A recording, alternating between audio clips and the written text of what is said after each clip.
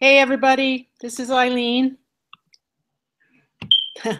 Hopefully you can see me in the big screen and see Julia Pearring in the thumbnail at the bottom. Welcome, that's her waving. Welcome everybody to the third webinar in our series on successful online teaching. And I'm so excited that Julia's here today to talk with you about her experience. She's a fabulous yogi, wonderful yoga teacher, and has just now launched and is in the middle of her first online teaching experience. And so I wanted her to talk with you about what it's like to teach online and what it was like to prepare and get ready for the online course offering that she has. I sent you in that email the syllabus so you can see the amazing amount of work that she did.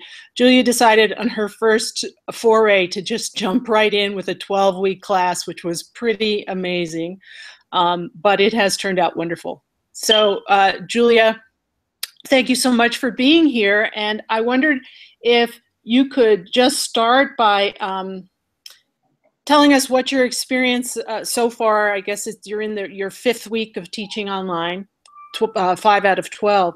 What your experience has been so far. Thanks, Eileen, for having me. It's been very fun. It's an adjustment to make in that there's less feedback. I'm used to class one-on-ones, people in person where you can get a sense of them because they're in the room. So I really had to trust what I created and trust that the offering is there, and that they're in some ways going to step up and make use of it. And communicating with them, keeping lines of communication open so that they can reach me. Other than that adjustment, it's been really wonderful. It's freed up me to be able to reach people in ways that I wasn't able to reach before, and to be able to do so from home, to prepare and prepared before. So yeah, I look forward to doing more. I can tell that it's successful and it's effective way of teaching. Cool, thanks. Yeah, I want to just make a note here for everybody to note that not only did Julia decide to do 12 weeks for her first class, she did the preparation while she was pregnant, and she had her beautiful baby boy several weeks earlier than expected, and so we were finishing up all the preparation while she was nursing. So Julia is definitely a trooper. Yeah, so you were talking about how a couple of things about the online learning and teaching that really are a benefit for you. One being that you can do it from home. Yeah. But I was wondering, was that the main reason you decided to try and teach online, or what were some of the other? No, that was a secondary effect. That's just now that I'm home and in the middle of it. No, the reason I had the idea, and it was so synchronistic to start working with you, is that I had always had students who would move away or whose schedules would change and who were in class, and they would plead with me to do YouTubes or to do, or what do I like online, and I never, in that it didn't have a container to it. And it was also very much what I see these days is that the person is supposed to kind of pretend that they're in the room when they're not. So I had a desire to do something that allowed people to really practice when they weren't in the room, to cultivate that. And so I needed a container for that, something that had had a sequence, had a content.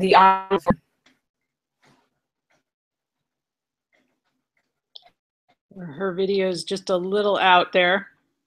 So you were just I'm saying. still here though. Okay, yeah. So just to kind of hone in on what you were just saying about how you wanted to be able to give a container so that people could practice without you in the room, because in fact you weren't in the room and you didn't want to pretend that you were in the room. Yeah, I kind of get that. Yeah, it makes sense to me. We're just in the approach that we're taking with yoga studies, and the one that the class that you developed. We're just saying, look, this isn't live, this isn't real. We're going, this isn't, well, it's real, but it isn't in the room. We're not going to, we're not going to pretend, and, we're going to just create this structure, and we're going to support you through every step of the way. And then you're going to be able to do it yourself. So yeah, I like that way of thinking about it. Like that, it sort of says, look, we have to come up with a new paradigm. We can't just take what we do live and then put it online. It just doesn't work. Yeah. So let's just talk a little bit about your process in creating the course. So if you could talk a little bit about that. I mean, gosh, we started talking, I know, long before we even got into the course material. So, yeah, anything from when you first had the idea all the way up to when we launched. Yeah, well, I mean, yeah, it was a process that unfolded kind of over 9 months, which was funny because it was almost parallel to my pregnancy. But I think the beginning, it took a long time to cultivate the idea because it felt so really, I hadn't seen it before. So it wasn't, I almost felt like I had to create that container from the beginning. Like, what would that look like if I was going to do this, supporting people in their practice from afar? But once we started to work on it, it became clear that I would want to have different modes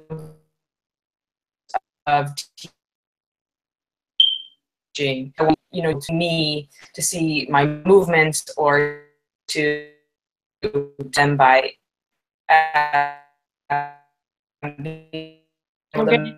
I'm going to interrupt you for a minute, content, speaking with them. Julia? Versus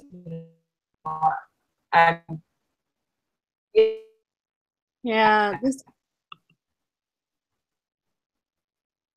don't know what happened to Julia there, but I'm interrupting her to just say, because I know she and I talked about this a little bit before, and so I know that she was really happy about one of the things that I think she was trying to say there, where it was technically a little difficult to hear, about having many different modes of teaching, so that it wasn't just one thing. Now, are you back online, Julia? No, I see her face. That's one of the things with this live business. It's much easier to do the technical stuff when it isn't live, because you can fix it before you put it online.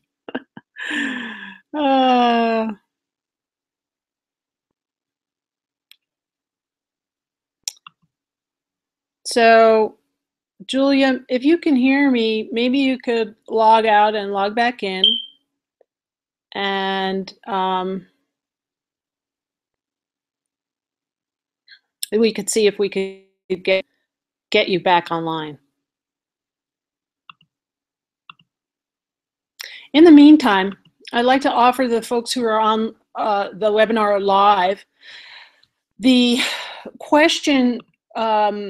The Q&A has been enabled. So if you go over to the left navigation bar, and you can see the little question mark. If you press on that, then on the right will pop up the Q&A. And go ahead and start typing in your questions for Julia there, and we'll get to them after the interview. Julia, are you back? Huh. Yay. Hello?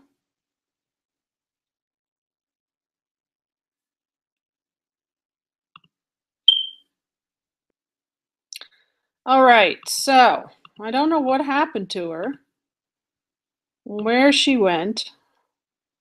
She's not a little blue person. um, Here she's trying again. There she is. Is that you? That's me. Ah, you're there. Now it's working. Okay, great. So when you got cut off, you were saying how you wanted to be able to offer many different options for learning. In terms of, whether I needed to make eye contact with them to hold their attention in talking to them, or showing course.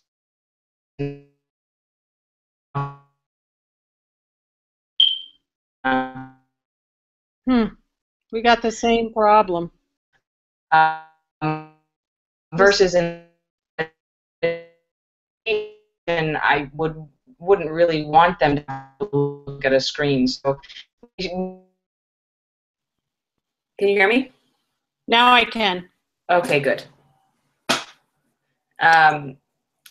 So yeah, we came up with a lot of different. We had videos, audio. We also used PDF files, so people could print or have them on their devices. Everything downloadable, so people could also bring them along with them. There was a lot of options that felt like I could reach them in all the different ways that I wanted to. Yeah, cool. So what was it that you liked about the actual process, or maybe I should say, and also what didn't you like about the process?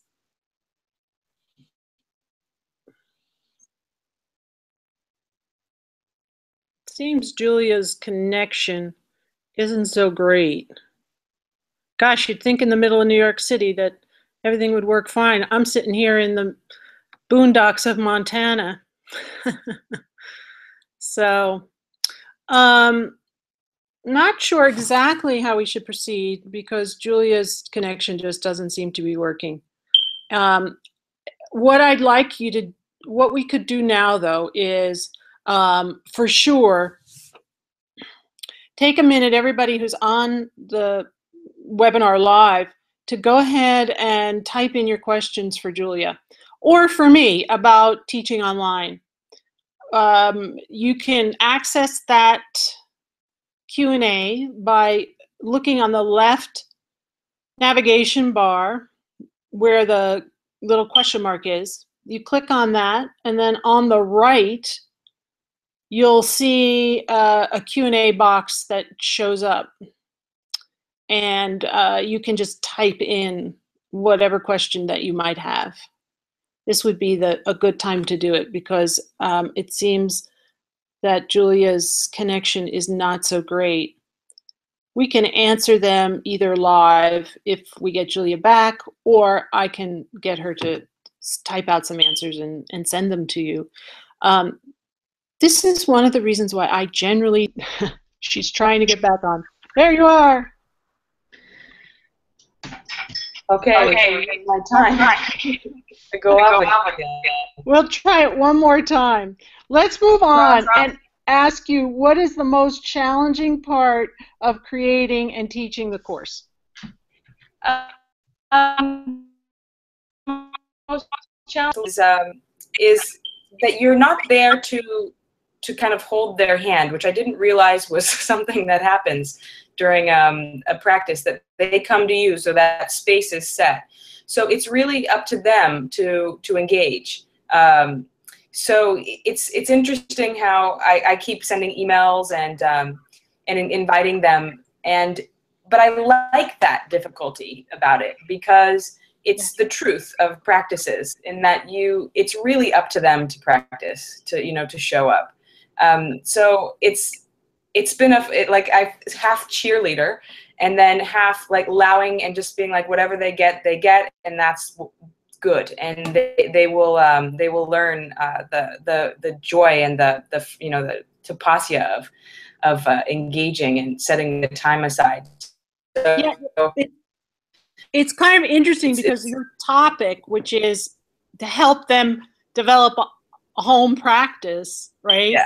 Means that the whole idea is that eventually they don't need you as a teacher to be able to do their practice.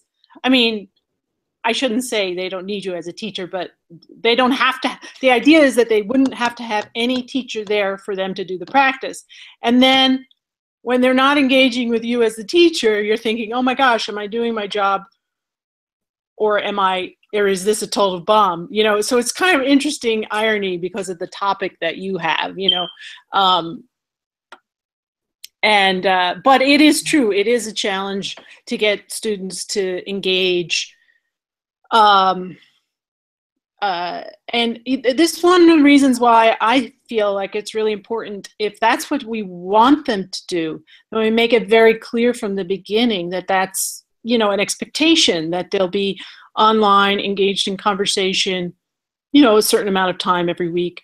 And we should just, you know, make that really out there so that they see that as a, you know, that it's a boundary that we're creating for them because we're their teacher. And we create boundaries for students so that they can grow and learn within that container, right? So that's one reason why I sort of encourage that. I mean, I know it sounds kind of teachery, and I do come from an academic background, so sometimes, you know, I have to check myself and say, oh gosh, am I being too academic-y here and not, you know, second education enough? But with something like that, you know, we can just say. It's good though, too, then that does tighten the container. It does create the container. Right. Yeah. Yeah, I mean, because when you're doing it live, you know, you're expecting that they're going to come and be in the class for 75 or 90 minutes, right? This is when it starts and this is when it ends and this is the amount of time that you're giving to it. Of course, some places in New York City, people walk in and out, but generally speaking, that doesn't happen in most places. Well, and even when a person is in the room, they can be anywhere as well. So with their attention, or, you know, they should be attending to something else during that time, and really they should be practicing later in the day. But this is, you know, so yeah, it's not all better if they're in the room in that moment too. It's right. That's one of the beauties of this, is that when the time is allotted, they can take it. You know, they can find that pause in their own day and log on, kind of thing. Right. Yeah. Right. So, is there anything else that you want to say about either online course development or about online teaching that people who are either thinking about it or in the process, from your experience, what you might offer to them? Oh gosh, she got stuck again. Am I stopped? Can you hear me? I hear you again. Great. I would encourage it, in that I found it, one thing I love about it is how students